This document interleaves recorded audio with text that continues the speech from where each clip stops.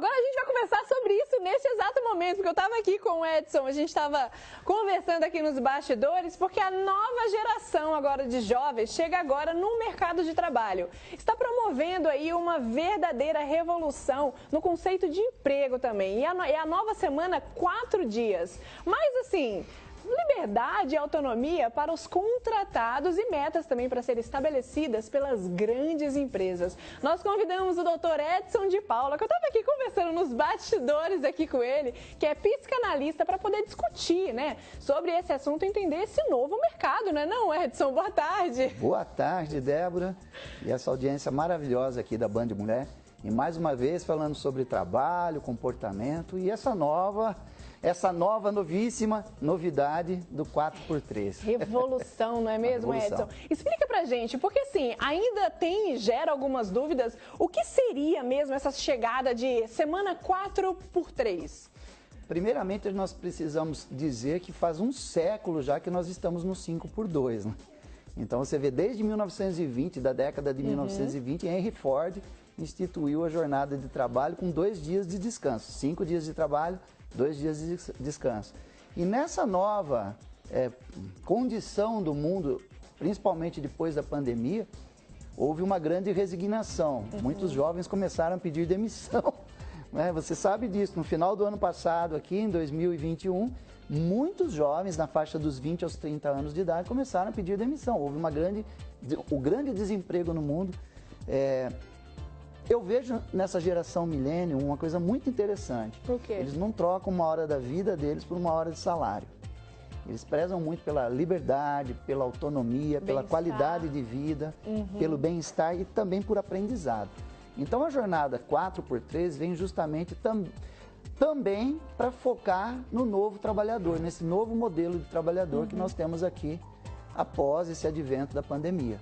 Ou seja, o que você mencionou agora seria algum dos fatores que está lidando com essa mudança? Exatamente, Débora. Exatamente, porque pensem no seguinte, se eu tenho esse modelo que já vem sendo empregado em alguns países da Europa, principalmente como países muito desenvolvidos, como Islândia, como por exemplo a Dinamarca, depois migrou para o Japão, empresas como Microsoft, Panasonic, começaram a perceber que precisavam manter a sua demanda de trabalho, aumentar recursos e ao mesmo tempo diminuir a jornada para aumentar a qualidade de vida do trabalhador. Então, se eu aumento a qualidade de vida do trabalhador, aumenta também o bem-estar profissional desse trabalhador dentro da organização. Consequentemente, eu tenho um dia pelo menos mais livre para eu cuidar da minha saúde emocional, para eu cuidar do meu aprendizado, cuidar do meu lazer, cuidar dos aspectos sociais. Quando eu voltar para o trabalho, a minha performance também aumenta. Porque é a produtividade, né? Vai estar mais descansado, digamos assim? Com certeza. E aí essas empresas perceberam que houve um aumento de produtividade de 40% na organização. É incrível. Inicialmente começaram, né, com um teste. Por exemplo, na Islândia começou com um teste. Apenas 1% da população entrou nesse piloto. Em 2015, 2016 já.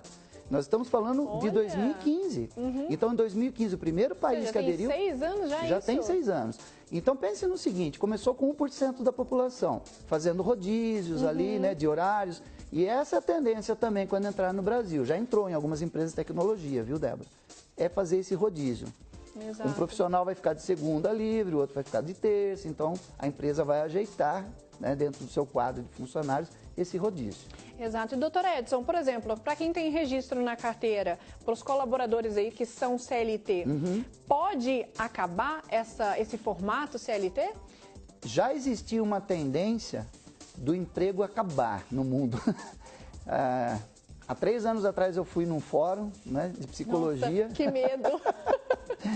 Lá no Uruguai, e um especialista da área financeira disse, olha, o emprego vai acabar. Esse era o mote da palestra dele. Então nós vemos assim alguns rearranjos acontecendo no formato do emprego convencional. Eu acredito que a CLT não está com os dias contados, mas ela vai ter que ser remanejada a esse novo formato. Exato. Tá? Então, principalmente no que diz respeito a não ao não corte dos benefícios, à não diminuição de um salário em detrimento a uma jornada menor de trabalho. Então, nós vamos precisar readequar algumas coisas aqui no Brasil. Países como os Estados Unidos, por exemplo, não existe nenhum regime de consolidação de leis do trabalho. Lá você trabalha por dia. Trabalhou, ganhou. Imagina, não tem férias, não tem 13º. Então, nós vamos por produção, então, né? Por produção. Produtividade, ainda, né? Digamos. Ainda. E, doutor Edson, os jovens hoje, eles estão sendo, por exemplo, você mencionou um detalhe, eles estão sendo mais exigentes em relação, por exemplo, às ofertas de trabalho? É exatamente isso, Débora.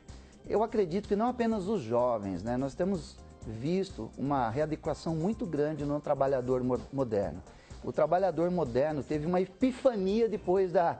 Uma epifania, o que é? Um pensamento de qual é o sentido da vida depois dessa pandemia.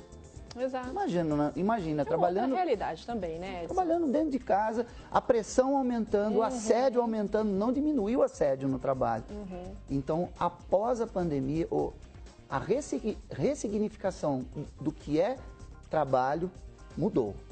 O trabalho mudou na mente do trabalhador.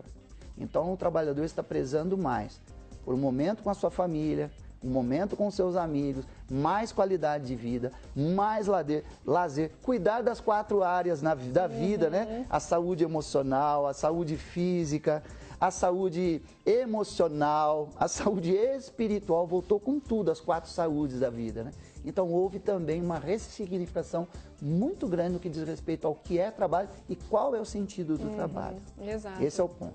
E, Edson, você mencionou agora em relação aos trabalhadores, mas no quesito dos empresários, das empresas, elas vão ter que adaptar esse novo formato no mercado de trabalho? Porque senão, pelo que eu estou entendendo, elas vão estar fora do mercado? Exatamente. Você vê na Nova Zelândia, esse novo formato de 4x3, quando entrou, os trabalhadores não aceitaram isso, porque as empresas continuavam exigindo as mesmas demandas, ou seja, diminuiu o tempo de serviço, mas a demanda e a exigência continuou sendo a mesma. Exato. Então, o estresse aumentou, o esgotamento aumentou dentro da organização. O que as empresas precisam entender é o seguinte: se eu vou manter a minha demanda de trabalho, vou manter exatamente as metas, os mesmos processos, as mesmas rotinas, isso não vai funcionar. Eu preciso rearranjar processos, metas e rotinas e aumentar, Débora, os recursos do meu trabalhador.